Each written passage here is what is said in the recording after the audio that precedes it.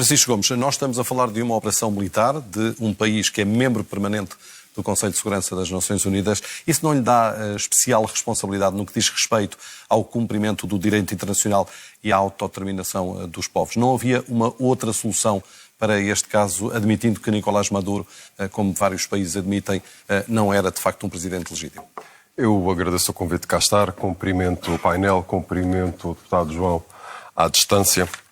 Permite-me realçar algo que não posso deixar de realçar, que tem sido a dose cavalar de hipocrisia com que este tema tem sido discutido nos mais diversos canais. E o fluxo massivo de desinformação e o escudo que está a ser usado do direito internacional e do respeito pelos direitos humanos.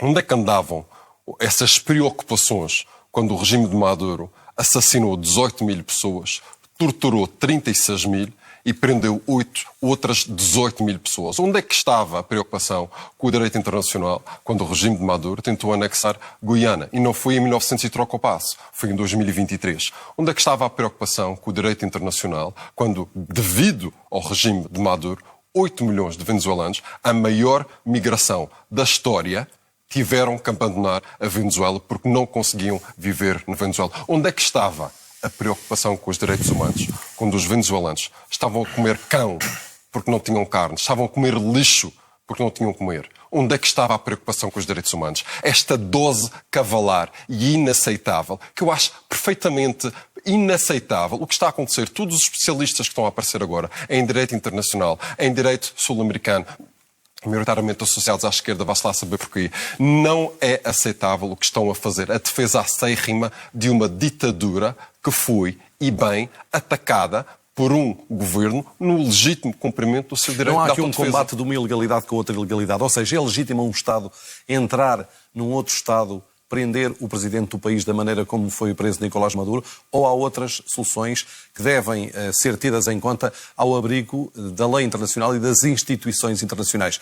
Porque, na verdade, as instituições internacionais não funcionaram em diversos fatores ao longo do tempo. Eu agradeço imenso essa questão, porque é uma questão, não só por ser uma questão pertinente, mas porque permite ir exatamente a um ponto que foi abordado aqui já neste canal no painel anterior. As pessoas que virem o programa à meia-noite, não será o painel anterior, mas num painel que foi exatamente antes disso, que foi a alarvidade que foi dita cá, que a ação americana foi feita ao arrepio da Constituição americana. E eu, que estudei nos Estados Unidos, estudei política nos Estados Unidos, que estudei Constituição americana e conheço muito bem as leis daquele país, isso é uma alarvidade. Não havia um dever de comunicação prévia ao Congresso em 48 horas de uma ação militar? Não. O Presidente dos Estados Unidos, que é o Comandante Supremo das Forças Armadas, tem plena legitimidade e poder constitucional para agir e para ordenar o uso de força militar quando existe uma ameaça permanente e uma ameaça premente à segurança nacional americana. Foi exatamente isso que foi feito. Uma ameaça de um Estado narcotráfico. Esse ponto foi realçado ao longo do dia, não apenas aqui, mas em vários canais e rádios, por vários especialistas em direito internacional. E permita-me, que autorização pedia ao Congresso o Presidente dos Estados Unidos quando atacava? Não é autorização, é comunicação. Não, que comunicação foi feita? Não foi feita nenhuma.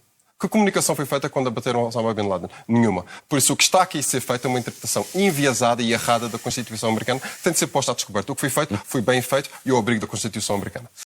Bruno Dias, Nicolás Maduro não era um presidente reconhecido nem pela União Europeia, nem pelos Estados Unidos, por vários outros países. Nesse sentido, era um presidente ilegítimo da Venezuela.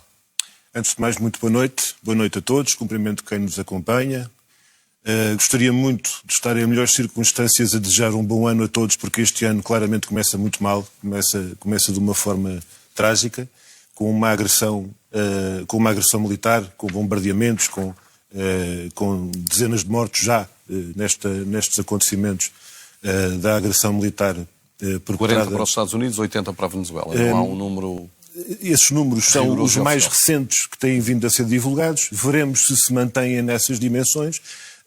Poderemos, nos próximos dias, ter de acompanhar os desenvolvimentos, quer dos acontecimentos que tiveram lugar naquela intervenção, naquela agressão militar perpetrada pelos Estados Unidos sobre o Estado soberano da Venezuela. Neste momento, eu quero dizer que é difícil, quer para quem está neste debate, como é o nosso caso, como é o meu caso, peço desculpa, quer para quem nos acompanha, chegar ao ponto a que chegamos de assistir a deputados, nomeadamente partidos, inclusive do governo, a demonstrar que o direito internacional é um verbo de encher.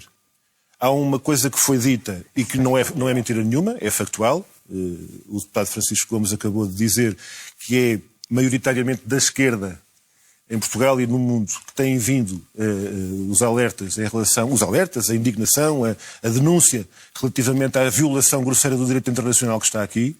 Eu tenho comigo a Carta das Nações Unidas. Logo no artigo 2º eu encontro o desmentido total daquilo que acaba de ser dito, porque não há aqui rigorosamente nenhuma abordagem desta leitura que aqui é feita do direito internacional como, volto a dizer, como uma espécie de verbo de encher que não se aplica quando os bombardeados e quando os sequestrados são os inimigos, portanto, aos bons e aos maus. Quando se bombardeia aos maus, não há problema nenhum. E se o seu vizinho de cima raptar o seu vizinho do lado, a nossa discussão não é se o seu vizinho do lado é boa pessoa ou má pessoa. É libertar aquele que foi raptado. Quando há um bombardeamento de um país soberano por parte de um país que não tem nenhum mandato, nenhuma legitimidade para o fazer, temos de denunciar esse crime de agressão que, nos termos da Carta das Nações Unidas, é de facto um crime de agressão.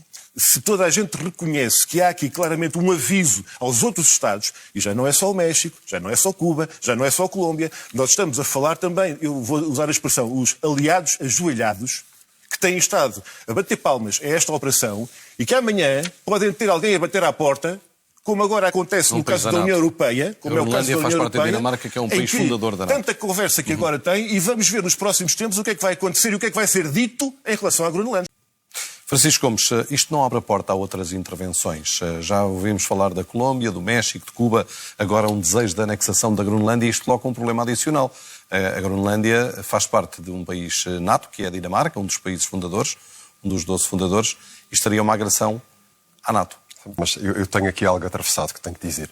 Porque o Bruno Dias diz uma coisa, este ano começa de uma forma trágica. Mas começa de uma forma trágica para quem?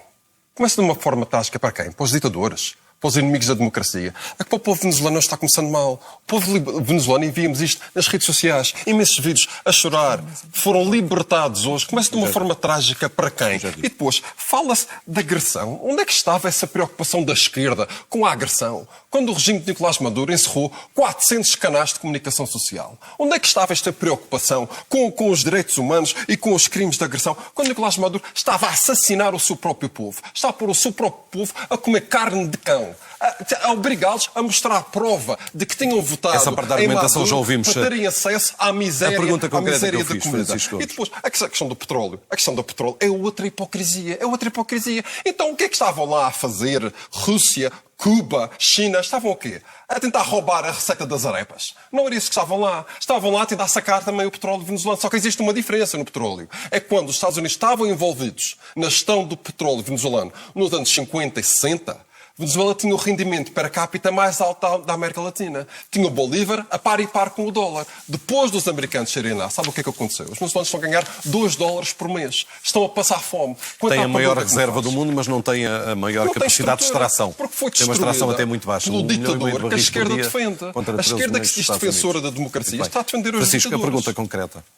Relativamente à sua pergunta concreta da ameaça a um Estado de Direito, continuamos a debater o mesmo. O que se passou hoje foi fruto de uma relação bilateral entre a Venezuela e os Estados Unidos. Os Estados Unidos tinham uma ameaça e responderam à ameaça. E eu vou dizer algo aqui que acho que estava aqui a pensar se digo, se não digo, mas vou dizer. Vou dizer por muito polémico que seja. Queria eu ter em Portugal um presidente que defendesse de forma tão empenhada e de forma tão determinada, seja doesse a quem doesse, o interesse de Portugal. Mas, infelizmente, nós temos tido uma série de presidentes da República em Portugal absolutamente frouxos. Por isso, quando nós vemos liderança noutros países, retraímos. Não, nós temos que olhar para exemplos de boa liderança e dizer queria ter isto no meu país. Um presidente que defendesse os interesses do meu país em primeiro lugar.